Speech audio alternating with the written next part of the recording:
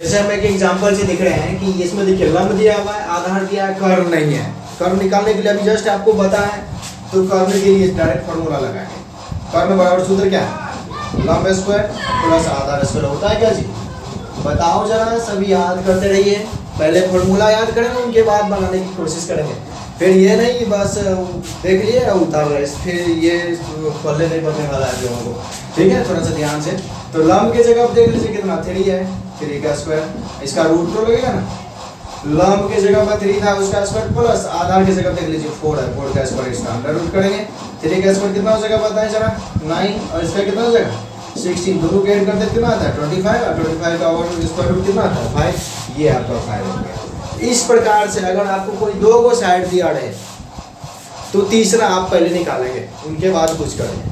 ठीक है, तीनों साइड आपको रहेगा तो हम लोग त्रिकोणमिति के किसी भी अनुपात का वैल्यू निकाल सकते हैं। अब अनुपात क्या होता है त्रिकोणमिति का तो पता नहीं है, आप बताएंगे। ठीक है, तो ये देखिए हम भुजा निकालने के लिए बता। हो सकता है कि आपको लंब और कर्व दे दे तो आधार नहीं रहेगा, या कर्व और लंब दे देगा तो आधार दे देगा तो लंब पूछेगा, तो कोई दिक्कत नहीं। इसी तरह से आप देख लीजिएगा क्या आपको दिया हुआ है, क्या निकालना है। जो निकालना है उनका फॉर्मूला लगाना है। तीनों फॉर्मूला तो बताएंगे लंब कर्व आधार निकालने के लिए। Is that clear? ठीक है, पहले तो आप लोग याद कर लीजिएगा अच्छे से फॉर्मूला को। कुछ है नहीं, आप लोग जितने हार्ड से लेते हैं उतना है नहीं। ठीक है, आप लोग ध्यान से याद रखेंगे इनको। ठीक है, आप त्रिकोणमिति के तरफ चलते हैं। ये तो अब हम लोग कभी संपूर्ण त्रिभुज में थे, अब त्रिकोणमिति में चलते हैं। त्रिकोणमिति के कुल जिस पर खेला होता है, त्रिकोणमिति घूमता है, पूरा नाचता है त्रिकोणमिति, वह कुल मात्र 6 ठो है।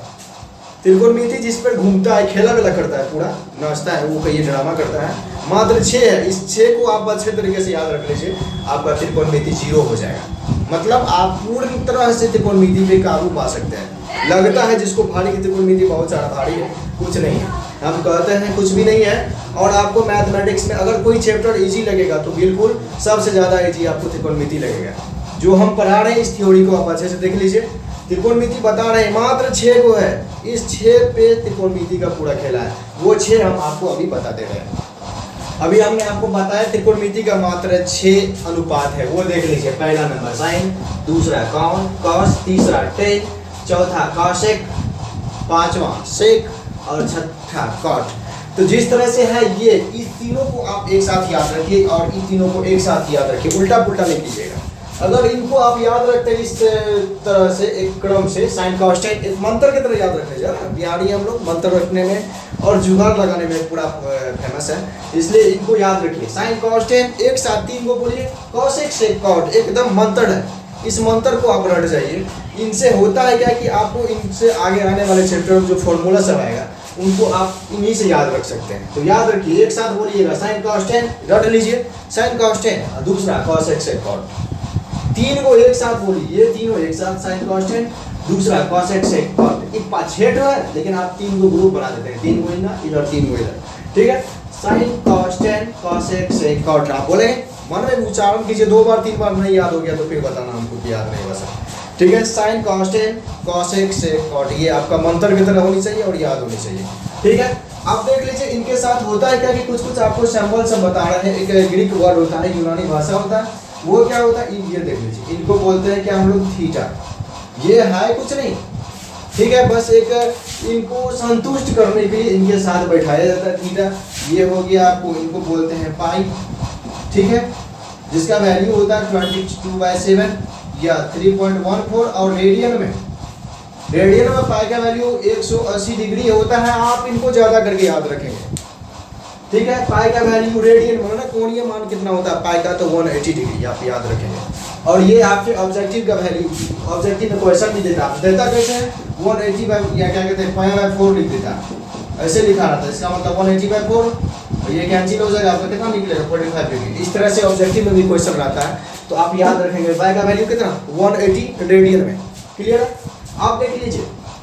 उनके बाद क्या होता है कि ये देख लीजिए, इस तरह से अल्फा होता है। ये सब सैंपल सब है जो इनके साथ लगा हुआ रहता है, आप लोग याद रखेंगे।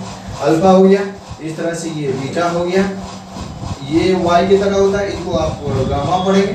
ये देख लीजिए, इस तरह से इनको फाई पढ़ते हैं, एक्सेट्रा बहुत सारा होता है सैंपल, लेकिन आप लोग कुछ इस तरह से याद रखिए इनको, कुछ सैंपल से। अब है क्या कि इन सब के साथ इनको लगा सकते हैं। जैसे देख लीजिए साइन है, इनके साथ हम थीटा लगा सकते हैं, टेन ही है, इनके साथ हम लोग फाइव लगा सकते हैं, कुछ सबके साथ लगा सकते हैं। तो अब बात बनी रही क्या कि ये इनके साथ दिखाता क्या, इनके साथ दोनों रिलेशन क्या बनाता है, तो ये दिखाता है किसको, एंगुलर वैल्यू को दिखाता है, एंगुलर वैल्यू। ठीक है, मतलब क्या है कि कोणीय मान को दिखाता है, न कि गुणा को, कोणीय मान को दिखाता है। आप कहता है कि दो संख्याओं के बीच में या दो राशियों के बीच में कोई चिन्ह नहीं होता तो मल्टीपल होता है, लेकिन यहाँ त्रिकोणमिति कहता है कि हम दोनों के बीच में कोई ये गुणा नहीं हो रहे बल्कि क्या दिखा रहा है, ये कोणीय मान, तो साइन और थीटा के बीच में कोणीय का मान का रिलेशन है, न कि गुणा का। मतलब साइन और थीटा के बीच में क्या कहा होगा कि गुणा हो रहा था, नहीं, साइन और थीटा के बीच में किसका रिलेशन है, कोणीय मान का, मतलब एंगुलर वैल्यू को दिखाता है। जैसे मान लेते हैं cos लिख दिया, cos के साथ a लगा दिया, ये किसको दिखाएगा, कोणीय मान को दिखा रहा है, कोणीय मान को दिखाएगा, न कि cos को a से गुणा कर रहे हैं। आपको पूछेगा क्या है, मान लेते यही लिख दिया cos a में cos a का गुणनफल है, तो नहीं, हम अभी बताएं आपको एक कोणीय मान को दिखाता है। इधर क्लियर, ओके, देख लीजिए।